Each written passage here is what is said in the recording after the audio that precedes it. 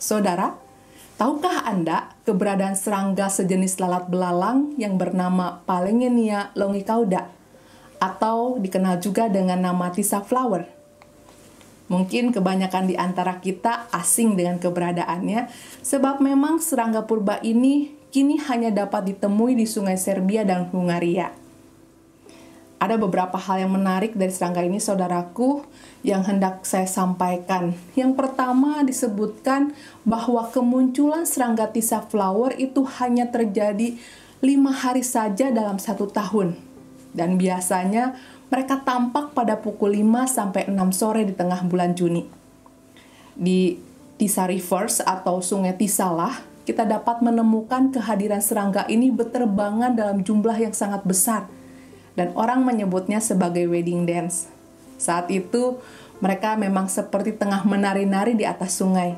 Kemudian serangga ini berganti kulit di atas pohon, di tanah, atau dimanapun tempat mereka hinggapi.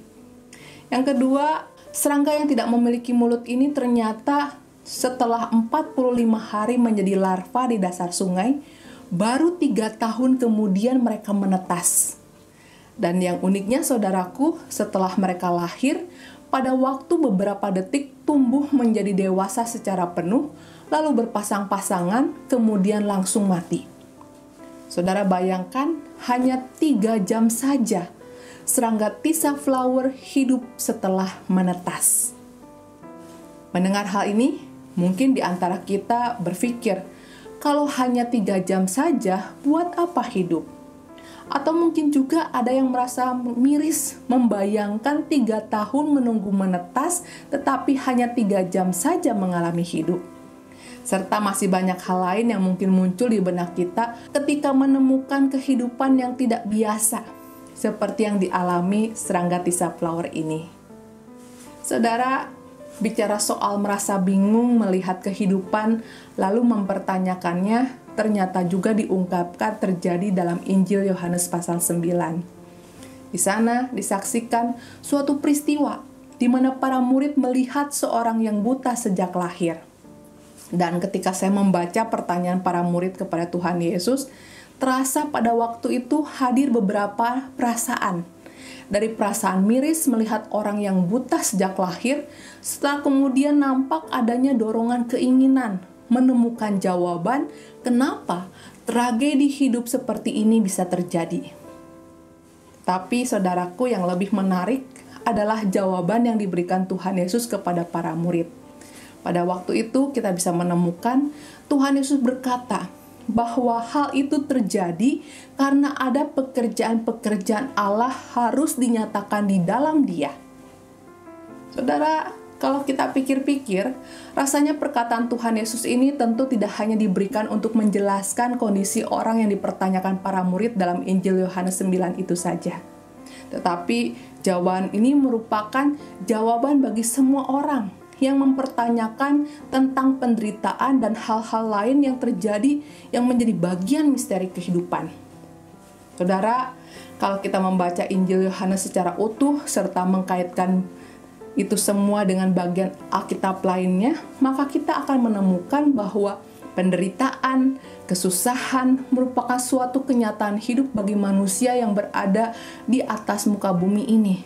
Dunia yang fana, yang masih juga dikuasai oleh dosa. Oleh karena itu, adalah wajar bagi manusia mengalami persoalan, penderitaan karena hidup di atas dunia, sebab demikianlah hukum alamnya. Akan tetapi sekalipun demikian, ternyata Allah dapat memakai itu semua untuk menyatakan kasih dan kebaikannya kepada seluruh makhluk, termasuk manusia. Untuk itu, ketika kita merasa ada saatnya mengalami penderitaan menghampiri kehidupan kita dan merasa nampak Allah membiarkan kita mengalaminya, percayalah, dalam waktu Tuhan kemudian akan nampak realita yang lain. Bagaimana kita menemukan Allah mampu mengubahkan itu semua menjadi sesuatu yang baik dan bermakna bagi kita dan juga bagi orang lain. Atau dengan kata lain, saudaraku, tidak ada yang terjadi dibiarkan Allah di dalam kehidupan kita menjadi sesuatu yang sia-sia. sebab Ia punya rancangan damai sejahtera yang hendak diwujudkannya di dalam kehidupan makhluk ciptaannya.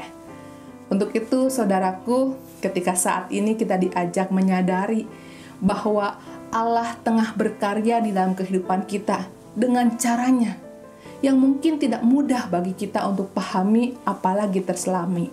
Tetapi mari, tetaplah percaya dan jangan biarkan persoalan membuat hati kita dikuasai kegelisahan, apalagi dikuasai ketidakpercayaan terhadap kasih Allah. Sebab ingat dan percayalah, Allah turut bekerja dalam segala sesuatu untuk mendatangkan kebaikan bagi orang-orang kepunyaannya.